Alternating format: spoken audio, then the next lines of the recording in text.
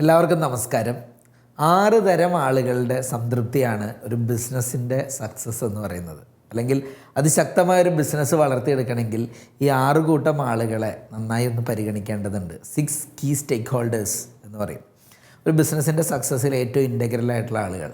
കാരണം അവരുടെ നീഡ്സും എക്സ്പെക്റ്റേഷനും എന്ന് പറയുന്നത് ഒരു ബിസിനസ്സിൻ്റെ ഫൗണ്ടേഷൻ എന്ന് തന്നെ നമുക്ക് വിളിക്കേണ്ടിയിരിക്കുന്നു.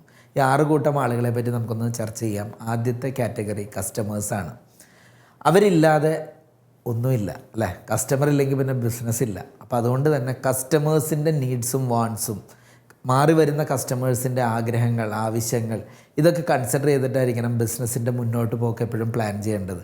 നമ്മൾ ചെയ്യുന്ന പ്രൊഡക്റ്റോ സർവീസോ അത് കസ്റ്റമറുടെ മാറി വരുന്ന ആവശ്യങ്ങളെ ഭംഗിയായിട്ട് ഡീൽ ചെയ്യാൻ കഴിയുന്ന രൂപത്തിലാണ് എന്നുള്ളത് ഉറപ്പുവരുത്തുക. രണ്ടാമത്തെ കാറ്റഗറി എംപ്ലോയീസ്. നമ്മൾ ടീമിനെ എപ്പോഴും മോട്ടിവേറ്റഡ് ആയിട്ട് നിർത്തുക, അവർക്ക് വാല്യൂ കൽപ്പിക്കുക. നമ്മുടെ വിഷൻ എന്താണോ, നമ്മുടെ സ്ഥാപനം എത്തിച്ചേരേണ്ട ലക്ഷ്യങ്ങൾ എന്താണോ അതിലേക്ക് അവരെ ഒന്ന് അലൈൻ ചെയ്യുക. ആ എംപ്ലോയീസുമായിട്ടുള്ള കണക്ടിവിറ്റിയും അവർ നമുക്ക് വേണ്ടി പ്രവർത്തിക്കുന്നതെന്ന് ഉറപ്പ് വരുത്തുന്നതൊക്കെ വളരെയധികം ഇമ്പോർട്ടൻ്റ് ആയിട്ടുള്ള കാര്യമാണ്. മൂന്നാമത്തേത് വെൻഡേഴ്സാണ്. ഏത് ബിസിനസ്സിലും ശക്തമായി മുന്നോട്ട് പോകണമെങ്കിൽ വെൻഡേഴ്സിൻ്റെ സപ്പോർട്ട് അഥവാ സപ്ലയേഴ്സിൻ്റെ സപ്പോർട്ട് വളരെ ഇമ്പോർട്ടൻ്റ് ആണ്. പ്രത്യേകിച്ച് റീറ്റെയിൽ രംഗത്തൊക്കെ പ്രവർത്തിക്കുന്ന ആളുകൾ ഇന്ന് ഹൈ കോമ്പറ്റീഷൻ അഭിമുഖീകരിക്കുന്ന സമയത്ത് നമ്മുടെ സപ്ലയേഴ്സ് അഥവാ വെൻഡേഴ്സ് നൽകുന്ന പിന്തുണയൊക്കെ ആയിരിക്കും ബിസിനസ്സിൽ മുന്നോട്ട് പോകാനുള്ള ശക്തി. അതുകൊണ്ട് തന്നെ അവരുമായിട്ട് സ്ട്രോങ് ആയിട്ടുള്ളൊരു റിലേഷൻഷിപ്പ് കൾട്ടിവേറ്റ് ചെയ്യുക, വിശ്വസിക്കാൻ പറ്റുന്ന ഡിപ്പെൻഡബിൾ ആയിട്ടുള്ള റിലേഷൻഷിപ്പ് സപ്ലയേഴ്സുമായിട്ട് കൊണ്ടുവരിക എന്നുള്ളത് ഇമ്പോർട്ടൻ്റ് ആണ്. നാലാമത്തെ കാറ്റഗറി ഫൈനാൻഷ്യൽ ഇൻസ്റ്റിറ്റ്യൂഷൻസാണ്. നമ്മുടെയൊക്കെ സ്ഥാപനത്തെ സപ്പോർട്ട് ചെയ്യുന്ന ബാങ്ക് ആവട്ടെ, മണി ലെൻഡേഴ്സ് ആയിക്കോട്ടെ, അല്ലെങ്കിൽ നമ്മുടെ ഫണ്ടിങ് നമുക്ക് തരുന്ന ആളുകൾ, ഇത്തരത്തിലുള്ള ഇൻസ്റ്റിറ്റ്യൂഷൻസ്, അവരുടെ സപ്പോർട്ട്, അവരുമായിട്ടുള്ള റിലേഷൻഷിപ്പ് അത് തീർച്ചയായിട്ടും നമ്മുടെ ബിസിനസ്സിൻ്റെ മുന്നോട്ട് പോക്കിൽ വളരെ ഇമ്പോർട്ടൻ്റ് ആണ്. അഞ്ചാമത്തെ category government and റെഗുലേറ്റേഴ്സാണ്.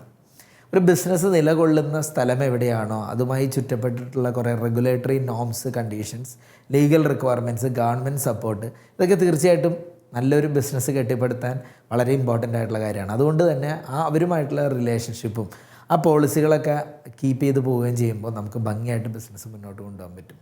And finally പറയാനുള്ളത് ഇൻവെസ്റ്റേഴ്സിനെ പറ്റിയാണ്.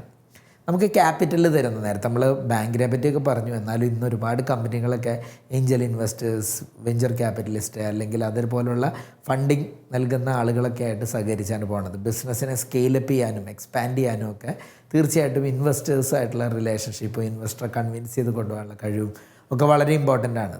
എന്നിരുന്നാലും കസ്റ്റമേഴ്സും എംപ്ലോയീസും വെൻഡേഴ്സൊക്കെ ആയിട്ട് ഞാൻ പറയുകയാണെങ്കിൽ അതിനേക്കാൾ മുകളിൽ നിൽക്കുന്നത് പലപ്പോഴും നല്ല കസ്റ്റമേഴ്സ് വരെ പല കമ്പനിയിലും പിൽക്കാലത്ത് ഇൻവെസ്റ്റേഴ്സായിട്ട് വന്നിട്ടുണ്ട്. അതുകൊണ്ട് പറഞ്ഞാണ്.